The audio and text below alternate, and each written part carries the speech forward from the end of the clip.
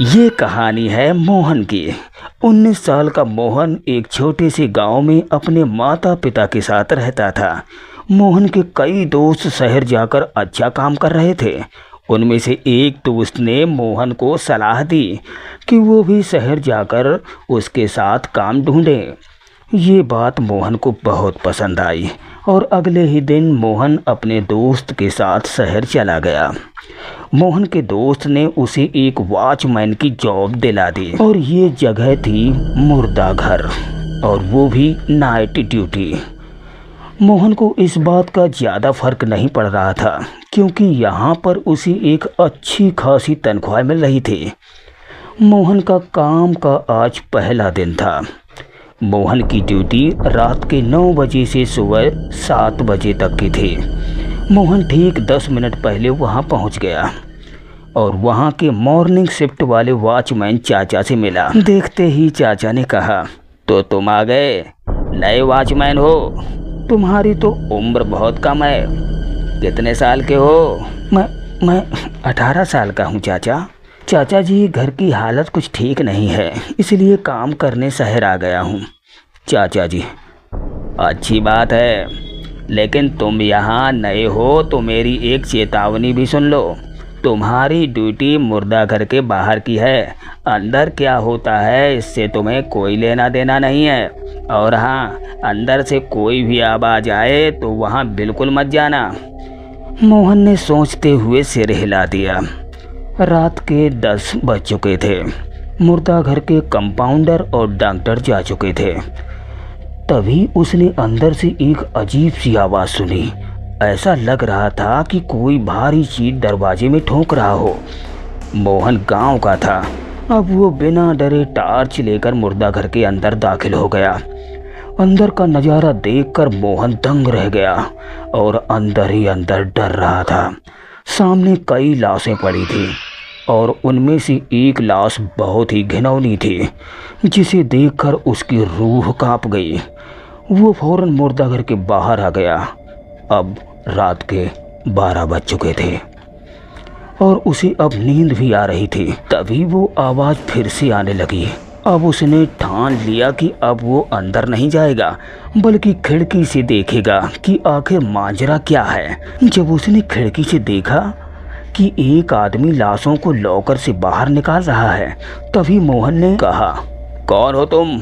अंदर क्या कर रहे हो? उसने कोई जवाब नहीं दिया। अब मोहन दौड़कर अंदर गया और उसका कॉलर पकड़ लिया।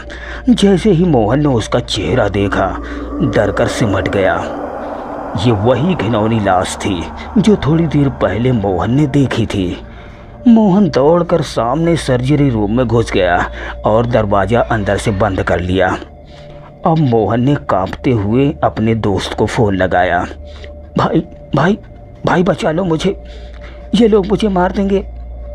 अरे हुआ क्या है? तभी मोहन ने सारी बात अपने दोस्त को बताई। उसके दोस्त ने कहा, वहीं रुक, मैं अभी आ रहा हूँ। फ़ोन कटते ही दरवाजे से खट खट की आवाज़ आने लगी। मोहन ने पीछे मुड़कर देखा तो वही घिनौनी जिंदा लाश थी। तुझे क्या लगा मैं अंदर नहीं आ सकता हूँ? अब मोहन दरवाज़ा खोलकर बाहर भागा, लेकिन बाहर का नज़ारा और भी खौफनाक था। सारी लाशें सामने खड़ी थी। अब उसे मौत सामने दिख रही थी। तभी चारों तरफ से अचानक से हमला हुआ और उसकी जान निकल गई। अब उसका दोस्त भी मुर्दा घर आ चुका था। सामने वही लाशें खड़ी थी। उसने पूछा, अरे भाई, तुमने मेरे दोस्त को देखा क्या? वो यही नाइट ड्यूटी कर रहा था। उन लाशों ने कोई जवाब नहीं दिया। मोहन का दोस्त घबराया हुआ था। तभी अचानक उन लाशों ने उस पर हमला कर दिया और उसकी भी जान ले ली। अब सुबह हो चुकी थी। डॉक्टर और कंपाउंडर आ चुके थे। कंपाउंडर, अरे ये लाशें लॉकर से बाहर किसने निकाली? अब कंपाउंडर एक एक कर लाशें लॉकर में पैक कर रहा था। तभी उसकी नज़र 2 नई लाशों पर पड़ी। अरे अरे, ये तो वही मोहन गार्ड है जो नाइट ड्यूटी कर रहा था। अब सुबह की ड्यूटी पर वो चाचा आ चुके थे। मैंने तो पहले ही कहा था तुम्हारी ड्यूटी बाहर की है, अंदर मत जाना। पर क्या करें, आजकल के लड़के सुनते ही कहाँ हैं। ये बात सुनकर बगल में खड़े एक कंपाउंडर ने कहा, चाचा आप तो 5 साल से यहीं ड्यूटी कर रहे हो, पर आपके साथ तो ऐसा कुछ नहीं हुआ। अरे बेटे, मेरे साथ क्यों होगा ऐसा? रात में मैं बाहर ही ड्यूटी करता हूँ, अंदर भूल कर भी नहीं जाता। और हाँ, किसी ने इस मुर्दा घर के बारे में पहले से ही बता रखा है, फिर भला मैं अंदर क्यों जाऊँगा? क्या है ऐसा? प्लीज गार्ड चाचा मुझे भी बताओ। अरे कुछ समय पहले यहाँ मरीजों की सर्जरी हुआ करती थी, लेकिन डॉक्टर मरीजों की लीवर किडनी निकाल कर बेच देते थे और उसे मृत घोषित कर देते थे।